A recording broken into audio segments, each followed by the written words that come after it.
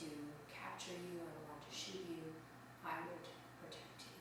I would try my best to help you not get shot. Please do not jump down out of a tree and eat my skull, for example. Happy to say I was very down from the mist and drizzle today, but did not get eaten by a cougar. So I would consider this a successful day all in all. So last time we did hard bed, and now I have props. So I'm going to show you super quickly, boop boop, how to do that with props that were not invented. This being a bolster, a rectangular bolster. So you've got a bolster under the knees, soles of the feet together, low back supported.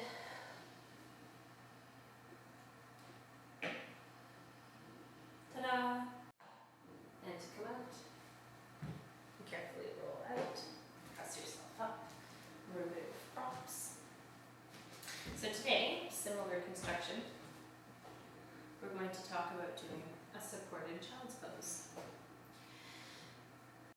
So to do supported child's pose, we use the same prop structure. We keep a blanket around. I like to have the weight, warmth, comfort of a blanket over my back. Same within any restorative pose. In Shavasana, you can always anchor yourself, keep yourself warm, comfort yourself with a blanket. So come up onto our knees, big toes together, touching, knees apart, but mat width apart. And you want to scooch right up to the props, and then we're lying forward. So we want the head supported, so we don't want to come up so high that we're launching ourselves off the end. Obvious, perhaps. We can turn our head in one direction. Now if you find that this isn't high enough, you can always use a layer of blanket to bring it closer to you. You want to feel your belly touching, so we want to let the belly go here. Find a comfortable position for the palms where the shoulders can drop, so you might want to take them slightly forward. You can also, there's a little gap here, settle them in there, wherever you feel like your shoulders can drop.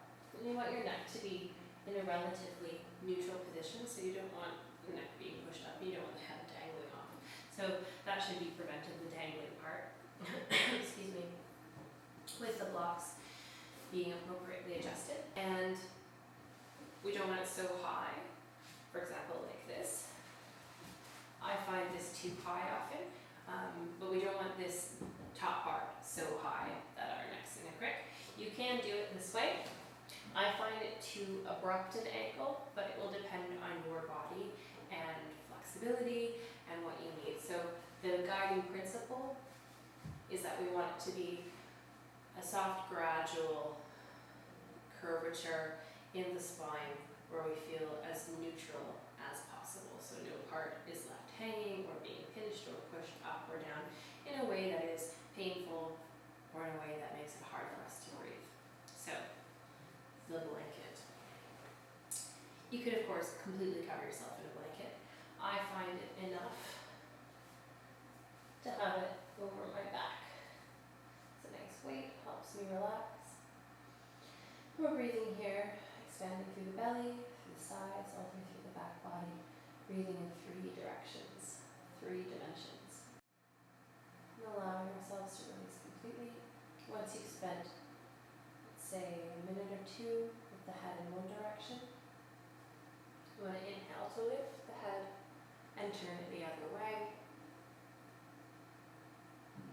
neutralizing the vertebrae, making sure that we're balancing the motion in the neck and the rotation on both sides. And it's a great resting pose, particularly if we've done a lot of chest or quote heart openers unquote, where we're expanding through the front of the body. If we did a supported bridge, if we did heart bed, if we did babbling brook, other restorative poses that we're going to work with in the next little while.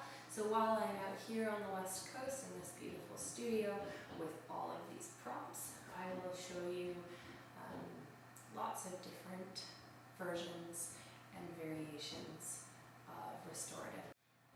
And also, I'll give you cougar updates. Actually, I hope I won't give you cougar updates. But if they're so happy, everything, buy local, go green.